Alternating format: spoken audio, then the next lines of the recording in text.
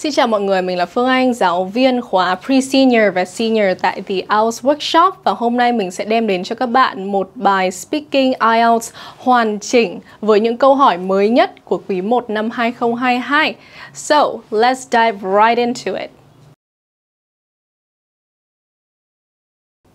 So, good morning, Phương Anh. This is the IELTS speaking test. First of all, let's talk about getting lost. Have you ever lost your way?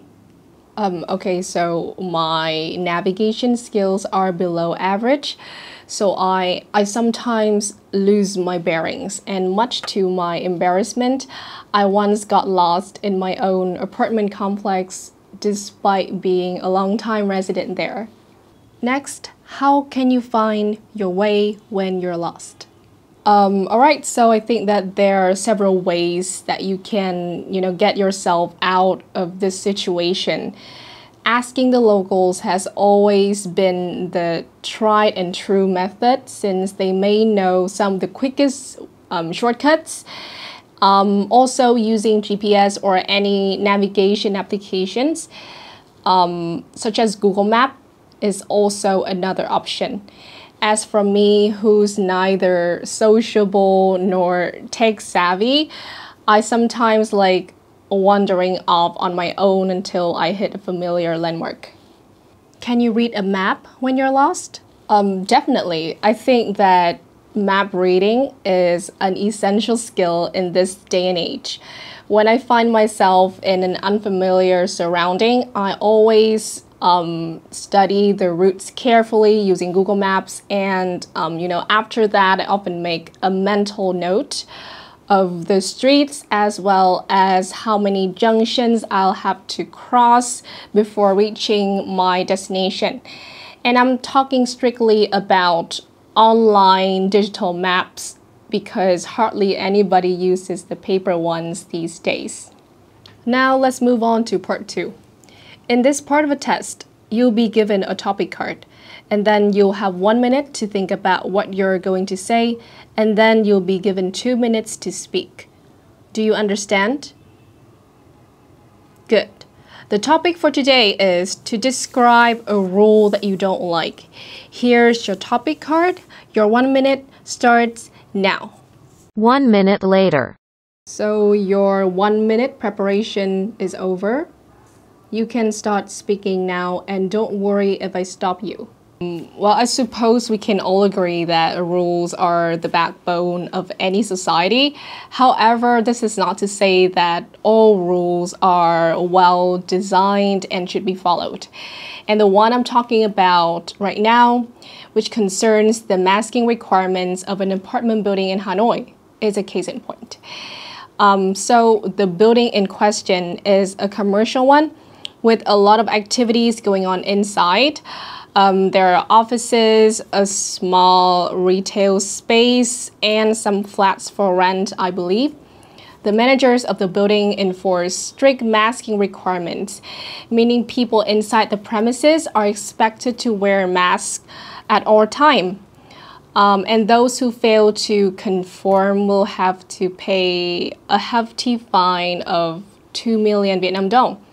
One employee working inside the building is reported to have paid 10 million Vietnam dong in penalty, twice as much as his monthly salary. But to be honest, I've never been inside this building before, and I only read about this outrageous situation in a newspaper article. And what really irks me is how arbitrarily this rule was enforced. Even on those who took off their masks for a brief while just to drink some water or just to, breathe. And it's not just me, local residents were also up in arms over this rule. And netizens also pointed out that the owners of this building were being extremely inconsiderate and greedy, to which I agree. Well, in the end, the management board couldn't provide any acceptable explanation for the ridiculous fines, so they had to return the money to the employee. The masking requirements were eventually relaxed and I think done away with due to recent decline in the number of COVID cases. All right, your time is up. Now let's move on to part 3. All right, so let's talk about rules. What are the rules students should follow at school? So I think basically whatever's written on the school's code of conduct, and there are some I could name. To maintain order in the classroom, students should not talk back to their teachers, and instead they must be respectful and behave themselves.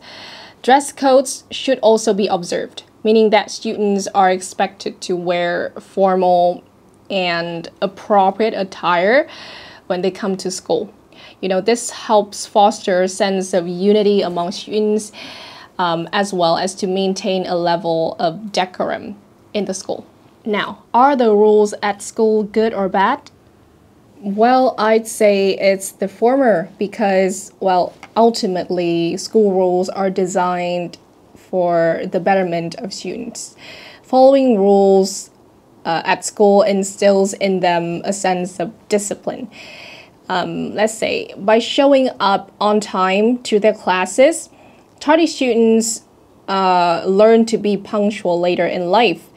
Admittedly, there are some rules at school I think are a bit unreasonable, such as, you know, not allowing students to bring smartphones to school.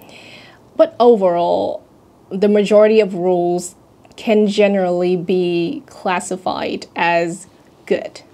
What rules should children follow at home? I think it differs from household to household, but all children should tell their parents in advance when they're going out, how long will they be out, and when they'll come home. Some parents can be over-concerned and anxious when they don't know where the children are, and this is why children should give parents a heads up before they go out.